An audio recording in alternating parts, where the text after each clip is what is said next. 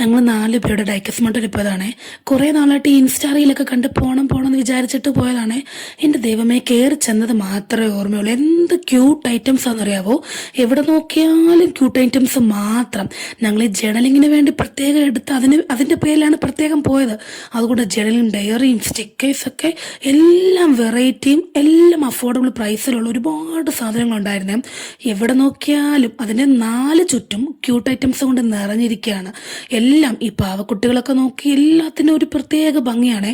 ഈ അലാറം ക്ലോക്കിൽ വരെ ഇത്രയും ക്യൂട്ടായിട്ട് വെറൈറ്റി ഉണ്ടെന്ന് അവിടെ ചെന്നപ്പോഴാണ് ഞാൻ അറിയുന്നത്. അത്രയ്ക്കും വെറൈറ്റിയാണ്. ഈ ഡയറി പ്രാന്തുള്ള എനിക്കൊക്കെ ഇഷ്ടം പോലെ ഡയറി വാരി കോരി എടുക്കാം. അതുപോലെ ക്യൂട്ടായിട്ടുള്ള ഡയറിയും നല്ല അഫോർഡബിൾ പ്രൈസിലൊക്കെ ഉള്ളതാണ്. ഈ പേനയൊക്കെ ഒന്ന് നോക്കിക്കേ. പേനയ്ക്കൊക്കെ ഇത്രയും ഭംഗിയുടെ ആവശ്യമുണ്ടോ എന്ന് വരെ തോന്നിപ്പോകും. അത്രയും കളക്ഷനും ഉണ്ട്, അതുപോലെ ക്യൂട്ടുമാണ്. എല്ലാ സാധനങ്ങളും ക്യൂട്ടാണ്. ക്യൂട്ടല്ലാത്ത അവിടെ ഒന്നുമില്ല. സത്യം പറഞ്ഞാൽ ക്യൂട്ട് ഐറ്റംസ് ആണല്ലോ അവിടെ. നല്ല കൊറിയൻ ക്യൂട്ട് ഐറ്റംസ് ആണ്. ഈ തവളച്ചനൊക്കെ ഇത്തരത്തിൻ്റെ ഭംഗി ആവശ്യമുണ്ട്. എന്നാ രസം അതിനെയൊക്കെ കാണാമെന്നറിയാവോ?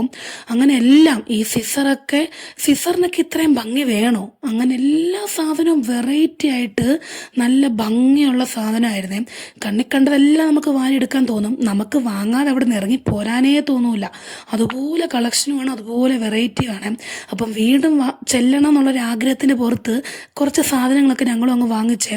കാരണം നമുക്ക് വാങ്ങിക്കാൻ പറ്റുന്ന അഫോർഡബിൾ പ്രൈസിലുമാണ്, നല്ല ക്യൂട്ടുമാണ്.